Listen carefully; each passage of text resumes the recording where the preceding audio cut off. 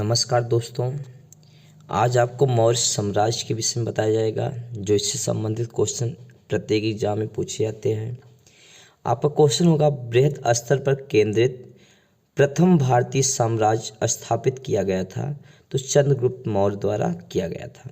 अगला आएगा, चाणक्य का एक अन्य नाम क्या था? विष्णुगुप्त। इन्हीं को कौटिल्य भी कहते थे। अगला है, सेंड्रोकोटस नाम से चंद्रगुप्त मौर्य की पहचान किसने की? तो आंसर होगा विलियम जोन्स ने किया था। नेक्स्ट क्वेश्चन है, चंद्रगुप्त मौर्य का विशिष्ट रूप से वर्णन किसके ग्रंथ में हुआ है? तो विशाख दत्त के ग्रंथ में हुआ है।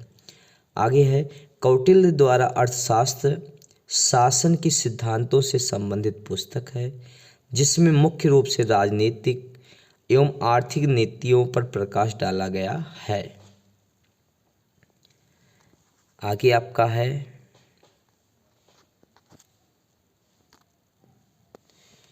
बुलंदी बाग नामक प्राचीन स्थान कहाँ स्थित है? तो पाटलिपुत्र में स्थित है। मैकियावेली के प्रसिद्ध ग्रंथ द प्रिंस की तुलना किससे की जा सकती है? तो कौटिल्य के अर्थशास्त्र से की जा सकती है। अगला एग्जाम में क्वेश्चन आएगा, पाटलिपुत्र में स्थित चंद्रगुप्त का महल मुख्यतः किससे निर्मित था? तो आपका लकड़ी से। ये क्वेश्चन आपकी यूपी SSC में आया था कि पाटलिपुत्र में स्थित चंद्रगुप्त का महल मुख्यतः किससे निर्मित है? तो लकड़ी का। आपका सेल्यूकस, जिसे अलेक्जेंडर द्वारा सिंध एवं अफगानिस्तान का प्रशासक नियुक्त किया गया था, को किस भारतीय राजा ने पराजित किया था? ये भी एग्जाम में आया है, तो चंद्रगुप्त मौर्य ने पराजित किया था। नेक्स्ट है, आपका बिंदुसार ने मैत्रीपूर्ण पत्र व्यवहार में सीरिया के शासक एंटियोकस से 3 वस्तुओं मीठी मदिरा, सूखी अंजीर, एक दार्शनिक सोफिस्ट की मांग की थी, जिसमें दार्शनिक को छोड़कर अन्य वस्तुओं को एंटियोकस ने बिंदुसार के पास भेजा था। अगला क्वेश्चन ये भी महत्वपूर्ण आपका है, कुम्हरार नामक स्थान किस प्राचीन नगर के अवशेष से प्राप्त हुए हैं? तो पाटलिपुत्र के अवशेष से प्राप्त हुए हैं। किसने सहिष्णुता, उदारता और करुणा के त्रिविध आधार पर राजधर्म को स्थापित किया? तो सम्राट अशोक ने स्थापित किया था। आगे आपका है, सेंड्रोकोटस चंद्रगुप्त मौर्य और सिकंदर महान की भेंट का उल्लेख किसने किया? मतलब सेंड्रोकोटस चंद्रगुप्त मौर्य और सिकंदर महान की भेंट का उल्लेख किसने किया? जस्टिन ने इन दोनों की भेंट का उल्लेख किया है। मालवा, गुजरात एवं महाराष्ट्र को किस शासक ने पहली बार जीता था? तो चंद्रगुप्त मौर्य ने जीता था। आगे आपका है,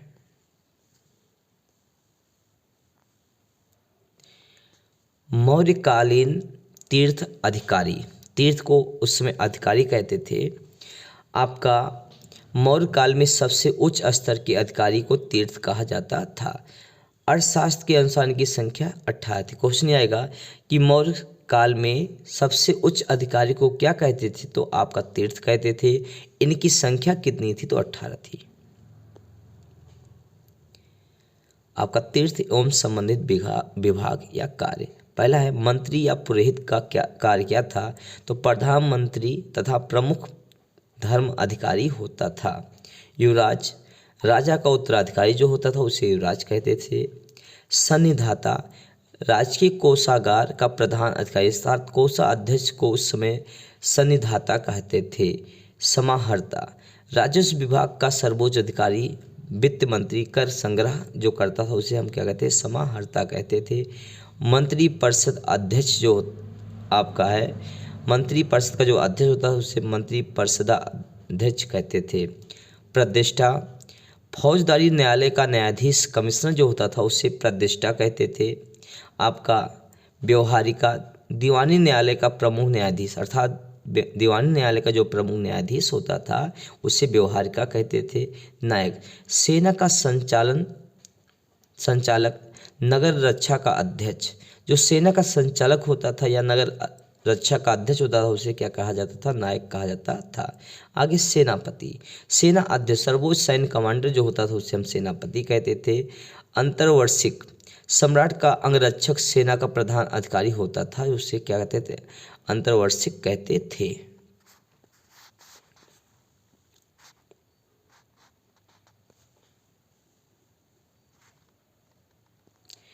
आगे आपका है कर्मांतिक।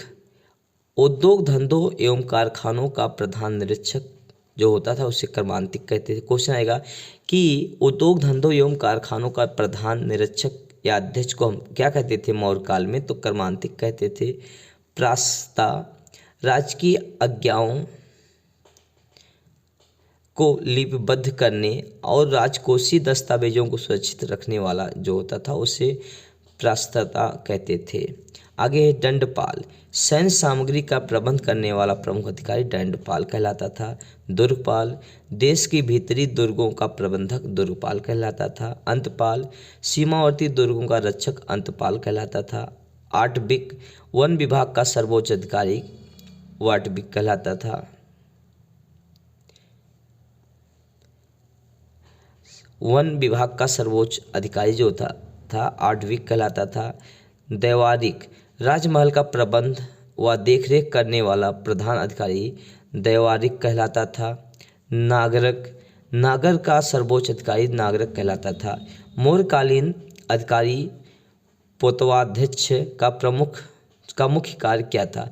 तो माप तौल का था। नेक्स्ट है गुज्जरी, मास्की और नेटूर एवं उडगोलम। इन चार अभिलेखों में अशोक के वास्तविक नाम का उल्लेख मिलता है। किसमें मिलता है? गुज्जरा में, मास्की में, नेटूर में एवं उडगोलम। इन चार अभिलेखों में अशोक के वास्तविक नाम का उल्लेख मिलता है। किस मौर्य शासक ने दक्कन की विजय प्राप्त की थी? तो आपका चंद्रगुप्त मौर्य होगा। अगला होगा क्वेश्चन, यह किस अभिलेख से प्रमाणित होता है कि चंद्रगुप्त मौर्य का प्रभाव पश्चिमी भारत पर था? तो आपका आंसर होगा रुद्रदामन के जूनागढ़ अभिलेख से। अगला क्वेश्चन है, चंद्रगुप्त मौर्य अपने जीवन के अंतिम दिनों में श्रवणबेलगोला चले गए, जहां उन्होंने जैन विधि से उपवास पद्धति संलेखना पद्धति के द्वारा प्राण त्याग दिए थे। तो यहाँ क्वेश्चन क्या बनेगा? देखिए कि चंद्रगुप्त मौर्य अपने जीवन के अंतिम समय कहाँ चले गए? तो श्रवणबेलगोला में चले गए थे। कि चंद्रगुप्त मौर्य किस पद्धति से या किस विधि से अपने प्राण त्यागे थे? तो आपका जैन विधि से, जिसमें उपवास पद्धति है, जिसे संलेखना पद्धति भी कहते हैं। आगे है मगध साम्राज्य में रज्जु किसे कहा गया है? तो मौर्य शासन में भूमि मापक अधिकारी को क्या कहते थे? रज्जु कहते थे। आगे है ब्राह्मी लिपि की प्रथम पहचान किस पर उत्कीर्ण अक्षरों से की गई है? तो आपके आंसर होंगे पत्थर की पट्टियों पर। आगे है मौर्य सम्राट या सम्राट अशोक का शिलालेख शाहबाजगढ़ी से प्राप्त हुआ है। यह स्थान कहाँ है? तो आपका पेशावर पाकिस्तान में स्थित है। आगे आपका है अशोक के शिलालेखों में प्रयुक्त भाषा कौन सी है? तो प्राकृत भाषा है। आगे आपका है अशोक के अभिलेख और उसको किसने खोजा था और खोजने का समय। जैसे आपका पहला अभिलेख है धौली अभिलेख, जिसके खोज करता थे किट्टो, 1837 में इसको खोजा गया था। नेक्स्ट है भाब्रू शिलालेख, कैप्टन बर्ट ने खोजा था 1840 में। बराबर व नागार्जुन गुफा हरिंगटन ने खोजा था 1785 में। अगला आपका है दिल्ली टोपरा अभिलेख, जिसको कैप्टन पोलियर ने खोजा था 1785 में। दिल्ली मेरठ स्तंभ लेख, जिसको पैड्रे टी पैंथलर ने 1750 में खोजा था। मानसेहरा जो अभिलेख है कैप्टन ले ने खोजा था 1889 में। कालसी शिलालेख जॉन फॉरेस्ट ने 1860 में खोजा था। रोमनदेई आपका शिलालेख को फेरर ने 1896 में खोजा था। जौगढ़ आपका अभिलेख जो है सर वाटलर इलियट ने 1850 में खोजा था। गिरनार शिलालेख आपका लेफ्टिनेंट कर्नल टार्ड ने 1822 में खोजा था। शाहबाजगढ़ी आपका शिलालेख एक फ्रांसीसी अधिकारी ने 1836 में खोजा था। आपका इलाहाबाद स्तंभ लेख जो है टी.एस. बर्ट ने 1834 में खोजा था। आगे है मास्की अभिलेख, जिसको ब्रिटेन ने 1915 में खोजा था। क्वेश्चन आएगा कि मास्की के अभिलेख को किसने खोजा, तो ब्रिटेन ने खोजा था। कब खोजा, तो 1915 में खोजा था। नेक्स्ट आपका है निगाली सागर। निगाली सागर आपका जो शिलालेख है, इसको फेरर ने 1895 में खोजा था। अगला है रामपुरवा आपका शिलालेख, जिसको क्लाइव ने 1872 में खोजा था। नेक्स्ट आपका सारनाथ स्तंभ शिलालेख, जिसको आर.एल. स्टाइन ने 1905 में खोजा था। अशोक ने बौद्ध होने के बाद भी हिंदू धर्म में आस्था नहीं छोड़ी, इसका प्रमाण किससे मिलता है, तो आपका आंसर होगा देव नाम पिये या पियदसी, देवों का प्यारा उपनाम से। आपका अगला है पाक अशोक ब्राह्मी लिपि का पता किस स्थान से चला है, तो श्रीलंका स्थित अनुराधापुर से। अगला आपका है सारनाथ स्तंभ का निर्माण किसने करवाया था, तो अशोक ने। बहुत ही महत्वपूर्ण है कि सारनाथ स्तंभ का निर्माण किसने करवाया, अशोक ने करवाया। भारतीय उपमहाद्वीप का प्रथम शासक कौन था जिसने अभिलेखों के माध्यम से शासनादेश जारी किए, तो अशोक ने जारी किए थे। अगला है वह कौन सा स्तंभ है जिसमें अशोक ने स्वयं को मगध का सम्राट बताया है, तो आपका भाब्रू स्तंभ है, जो राजस्थान में स्थित है। नेक्स्ट आपका ब्राह्मी लिपि में लिखे अशोक के शिलालेखों को सर्वप्रथम किसने पढ़ा था, तो आपका जेम्स प्रेस ने पढ़ा था। आगे आपका है अशोक के किस अभिलेख से धम्म मात्रों की नियुक्ति का सूचना मिलता है, तो आपका 5वें बृहत शिलालेख से। गुर्जरा लघु शिलालेख कहाँ स्थित है, तो आपका आंसर होगा मध्य प्रदेश के दतिया जिले में स्थित है। नेक्स्ट आपका है मौर्य काल में भूमि कर, जो कि राज्य की आय का मुख्य स्रोत था, किस अधिकारी द्वारा एकत्रित किया जाता था, तो सीता अध्यक्ष द्वारा एकत्रित करते थे। आपका अगला क्वेश्चन है मध्य प्रदेश स्थित सांची के स्तूप का निर्माण किस मौर्य शासक ने करवाया था, तो अशोक ने करवाया था। नेक्स्ट आपका है मौर्य राजवंश के शासकों के सुदूर देशों जैसे सीरिया, मिस्र के साथ राजकीय संबंध भी थे। आपका आगे है उत्तराखंड में सम्राट अशोक के शिलालेखों की एक प्रति किस स्थान से प्राप्त हुई, तो आपका आंसर होगा कालसी से प्राप्त हुई। आगे आपका है प्रसिद्ध यूनानी राजदूत मेगस्थनीज भारत में किसके दरबार में आया था, तो आपका आंसर होगा चंद्रगुप्त मौर्य के दरबार में आया था। बहुत ही महत्वपूर्ण क्वेश्चन है, आपका एग्जाम में आया भी है। प्रसिद्ध यूनानी राजदूत मेगस्थनीज भारत में किसके दरबार में आया था, तो आपका आंसर होगा चंद्रगुप्त मौर्य के दरबार में आया था। आगे आपका है कुछ अधिकारी मौर्य काल के और विभाग, जैसे सीता अध्यक्ष किसे कहते थे, तो कृषि विभाग का जो अध्यक्ष होता था उसे सीता अध्यक्ष कहते थे। आपका आगे है अकारा अध्यक्ष किसे कहते थे, तो खानों का अध्यक्ष, लक्षणाध्यक्ष मुद्रा विभाग का प्रधान होता था, शुल्काध्यक्ष व्यापारिक कर का प्रधान, मुद्राध्यक्ष आपका पासपोर्ट विभाग का अध्यक्ष होता था, संस्थाध्यक्ष व्यापारिक मार्गों का अध्यक्ष को संस्थाध्यक्ष कहते थे। गुप्तचर व्यवस्था का प्रथम विस्तृत वर्णन किस ग्रंथ में किया गया है, क्वेश्चन एग्जाम में आएगा कि गुप्तचर व्यवस्था का प्रथम विस्तृत वर्णन किस ग्रंथ में किया गया, तो आपका आंसर होगा अर्थशास्त्र में किया गया है। अगला क्वेश्चन आपका मौर्य काल की किस पुस्तक में जहाज निर्माण व नाविक गतिविधियों का वर्णन मिलता है, तो इंडिका, जो कि मेगस्थनीज द्वारा लिखित पुस्तक है। आगे आपका है चंद्रगुप्त मौर्य अपने अंतिम समय किस धर्म के अनुयायी हो गए थे, तो आपका आंसर होगा जैन धर्म के अनुयायी हो गए थे। आगे आपका है कौन सा स्थान मौर्य काल में शिक्षा का सर्वाधिक प्रसिद्ध केंद्र था, तो तक्षशिला था, जो कि अब आपका पाकिस्तान में स्थित है।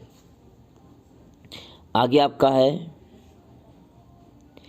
गांव के शासन को स्वायत्तशासी पंचायतों के माध्यम से संचालित करने की व्यवस्था का सूत्रपात किस वंश ने किया था, तो मौर्य वंश ने किया था। नेक्स्ट है मेगस्थनीज ने अपनी पुस्तक इंडिका में भारतीय समाज को 7 श्रेणियों में विभाजित किया है।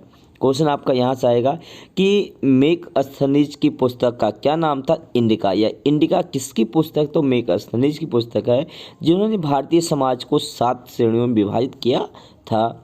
आगे आपका है इसमें, अशोक का समकालीन तुर्मय कहाँ का राजा था? तो मिस्र का। बहुत ही महत्वपूर्ण है कि तुर्मय कहाँ का राजा था? तो मिस्र का। किसके समकालीन था? तो अशोक के समकालीन था।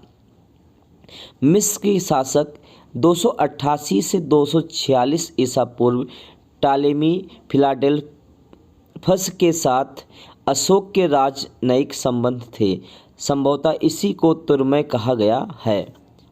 चंद्रगुप्त मौर्य और अशोक दोनों का एक साथ उल्लेख किसके अभिलेख में किया गया? तो आपका आंसर होगा महाक्षत्रप रुद्रदामन का जूनागढ़ अभिलेख।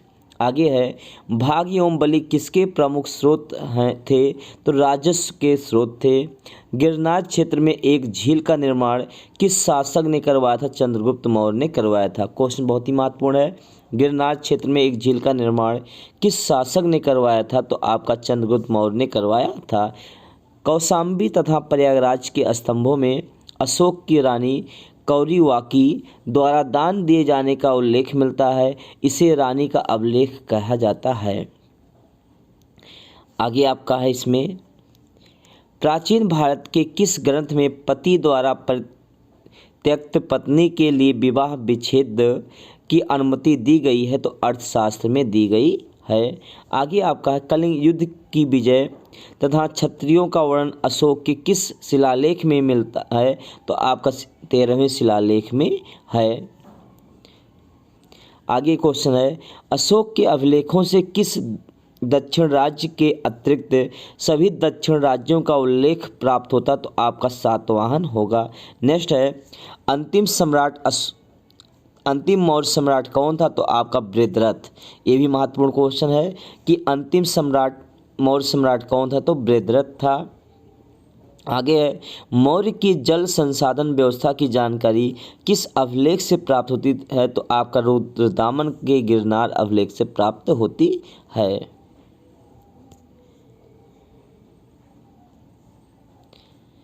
आगे आपका है इसमें, अशोक का समकालीन मिस्र का राजा कौन था? तो अलेक्जेंडर कहाँ का राजा था? तो मिस्र का राजा था। जो किसके समकालीन था? तो अशोक के समकालीन था। अशोक ने अपने राजाभिषेक के 8वें वर्ष अर्थात 261 ईसा पूर्व में कलिंग पर आक्रमण कर उस विजय प्राप्त की थी। क्वेश्चन आएगा कि अशोक ने कलिंग पर कब आक्रमण किया था? 261 ईसा पूर्व में किया था, जो अपने राजाभिषेक के 8वें वर्ष ही कर दिए थे।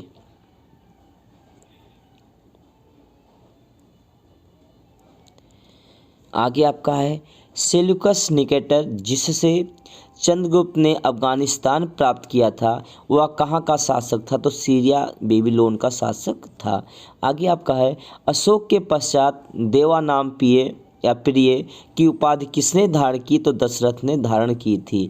अशोक की उपाधियाँ, जैसे अशोक को क्या कहते थे, कहाँ से हमें सुर्त है? तो अशोक उपाधि जो मिली है मास्की लघु शिलालेख से, देवा नाम प्रियस अशोक राजा जो उल्लेख मिला है गुर्जरा लघु शिलालेख से, अशोक मौर्य का नाम का जो उल्लेख मिला है रुद्रदामन के जूनागढ़ अभिलेख से, पियदस्सिस राजा बराबर गुहा लेख से, पियदस्सिस राजा मगध भाबरू बैराट लघु शिलालेख से, पियदस्सिस राजा कंधार बृहत शिलालेख दीपवंश महावंश से, अशोकवर्धन का जो नाम मिला है पुराणों से मिला है, राजा अशोक का नाम जो है नेट्टूर लघु शिलालेख से मिला है, राजा अशोक देवा नाम प्रिय जो उल्लेख मिला है उद्गोलम लघु शिलालेख से मिला है।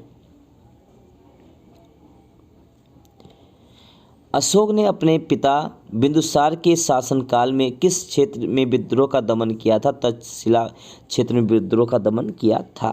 तो आपका यहाँ मिलता है कि अशोक के पिता क्या नाम था? बिंदुसार था। आगे आपका है, अपने ऊपर आश्रित बच्चों एवं पत्नी की समुचित व्यवस्था किए बिना भिक्षु बनने वाले के लिए किस ने दंड का प्रावधान किया था? तो कौटिल्य ने किया था। आगे है, खरोष्टी लिपि की उत्पत्ति किससे हुई है? तो अरमाइक भाषा से हुई है। कौटिल्य किसके प्रधानमंत्री थे? चंद्रगुप्त मौर्य के थे। मौर्यों के पश्चात भारत की उत्तर पश्चिमी सीमा पर किसका अधिकार हुआ? तो आपका आंसर होगा बैक्ट्रियन शासकों का। मौर्य शासन व्यवस्था में रूपदर्शक नामक अधिकारी का क्या काम था या क्या कार्य क्या था? तो सिक्कों का परीक्षण करना। वह मौर्य राजा जो अमित्रघात के नाम से जाना जाता था कौन था? तो बिंदुसार को अमित्रघात के नाम से भी जानते थे। आगे है मौर्य काल की मुद्रा। इस काल में चांदी व तांबे के सिक्कों का उल्लेख मिलता है। चांदी के सिक्कों के 4 प्रकार पर्ण, अर्धपर्ण, पाद और अष्टभाग था। तांबे के सिक्के भी 4 प्रकार के थे जिसमें मासक, अर्धमासक, काकड़ी और अर्धकाकड़ी थी।